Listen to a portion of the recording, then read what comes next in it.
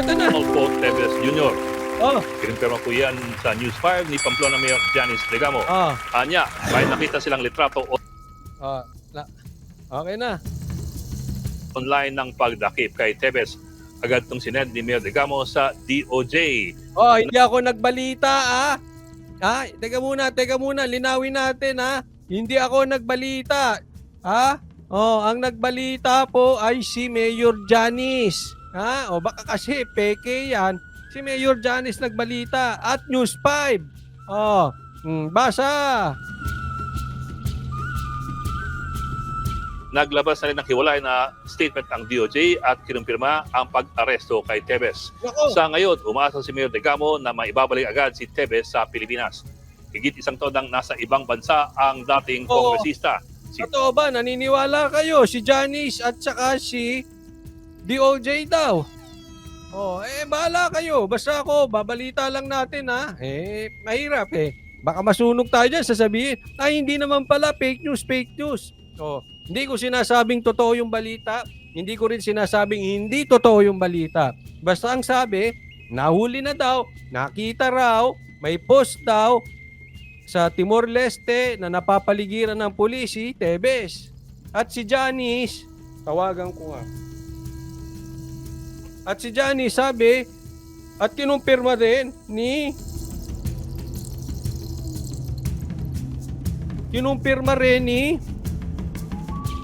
ng DOJ. Hello? Si Api. Nahuli na nga ba si Tevez? Fake news? Ay. Totoo. Ano ba, niloloko mo ako si Api, maglalasada na ako.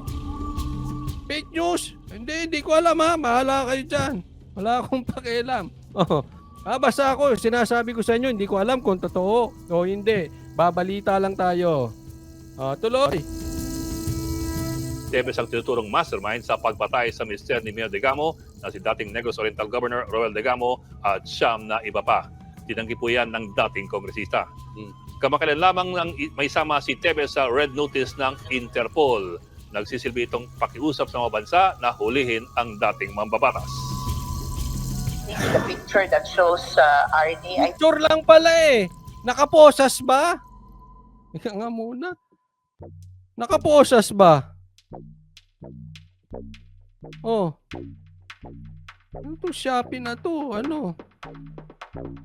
Hindi naman kino-confirm. I think the picture that shows Arnie Tevez is practicing golf or what? Talagang surrounded by police officer. Doon sa picture, parang nakaka-relieve. Baka bodyguard yun. Hindi kaya bodyguard ni Kong Tevez yun. Hindi ko po rin pinagbibintangan si Kong Tevez na may bodyguard, ha? Wala akong alam. Kasi nakita lang niya, napapaligiran daw ng police officer eh. Nahuli na nga ba yun? Hindi natin alam. think he was practicing golf or what. Kong Tevez, may tanong ako. Ilang handicap mo na sa golf? Minsan laro tayo, ha? Sagot mo. Pag-uwi mo, ha? Dami na namang magagalit. Coach Oli, nabayaran. Naghahamon ng laro ng golf kay Kong Tevez. Inggit na naman yung mga ensimada niya, animal. Talagang surrounded by police officer doon sa picture. Ang Parang bilis ng TV5, sabi dito. Fake news, ipasara ang TV5, sabi ni Ali Vera. News 5 yan nagbalita, hindi ako, ha. Baka sabihin nyo fake news si Coach Oli. Hindi, binabalita ko yung balita ng News 5. Kaya nga, nag-disclaimer ako, hindi ko alam kung totoo or totoo. Basta Coach Oli, News PH. O di may news. Galing, no? Oy, pero kung hindi totoo yan, ha? Kasi kinonfirm daw ng DOJ. Okay, yun ang pagkakasabi. Pero kung hindi totoo yan, huwag kayo magbibigay ng false hope. Masama yun. Huwag kayo nagbibigay ng false hope. May statement na nga. Meron na nga. Ito na. nakaka-relieve po talaga.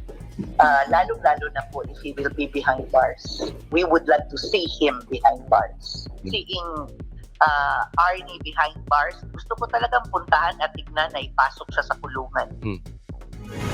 Susunod sa Pulsa Video, rider ng butas ng gulong ng gulong. ba? Hindi na, wag na yan.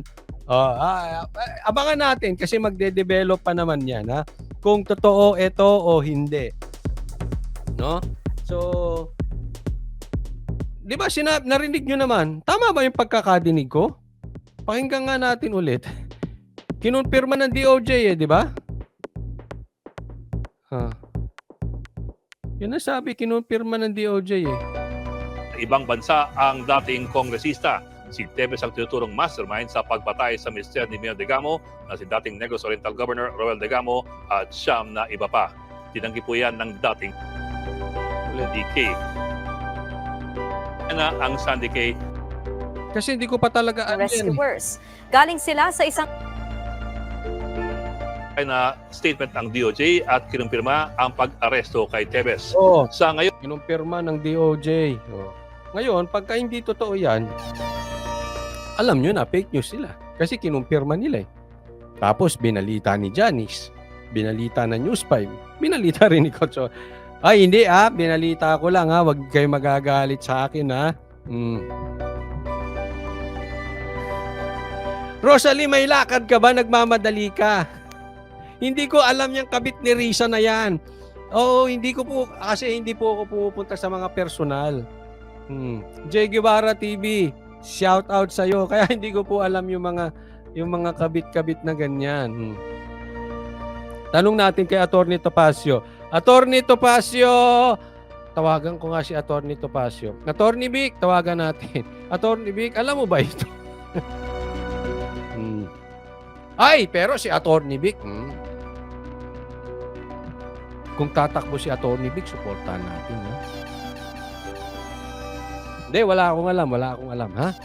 Kasi kung tatakbo si Attorney Vic, supportahan natin, ha? Okay? Kasi kailangan ng numero. Hindi kinakausap ko Digo, tamakbo ka na. Kasi kailangan natin ng numero, puro tambaluslus ang nandiyan sa kamera Kailangan may numero tayo sa Senado. So, tingnan natin, Abangan natin kay si Attorney Vic at kung sakaling tatakbo siya, susuporta tayo at sana hihingin ko ang inyong suporta. Pero wala namang pilitan. Kung ayaw nyo kay Attorney Vic, okay lang. Pero kung gusto nyo siya, tandaan natin, maraming alam si Attorney Vic. ES yan ni Marcos. So maraming isisiwalat yan. Doon na tayo sa may kabit, topic naman ko. Hindi ko nga alam yung kabit, pasensya na po. Honestly, hindi ko po alam yung kabit-kabit. Nababalitahan ko lang yung kabit. Pero hindi ko inaaral. Pagka ganyan na napanood kong balita, nagpapas na kasi ako. Pagka wala namang, pagka medyo personal, pinapas ko na. Pasensya na po. Tsaka kung wala namang pakinabang yung sa mamamayan. Sabi ni Rosalie, kaya pala nag-resign si Attorney Vic kay Kuting kasi alam niya ang pinaggagawa ng mag-asawa. Maraming alam si Attorney Vic.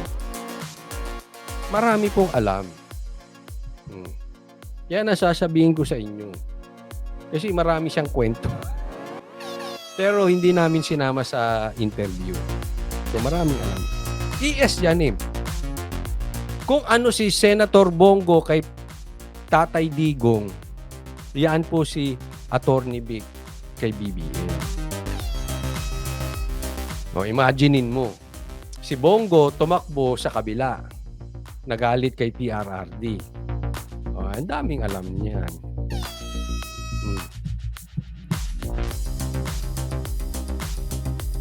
JB Balon, sabi niya, boss, wag siya kumampi sa kaibigan niya, coach, na si De Junior. JB Balon, mahirap po magsabi kung siya ikakampi sa kaibigan niyang si Junior. Pero as of today, hindi, malabo. Galit na galit po. Yung galit na galit po. Galit na galit. Okay, sige po. Puntahan natin ito ha.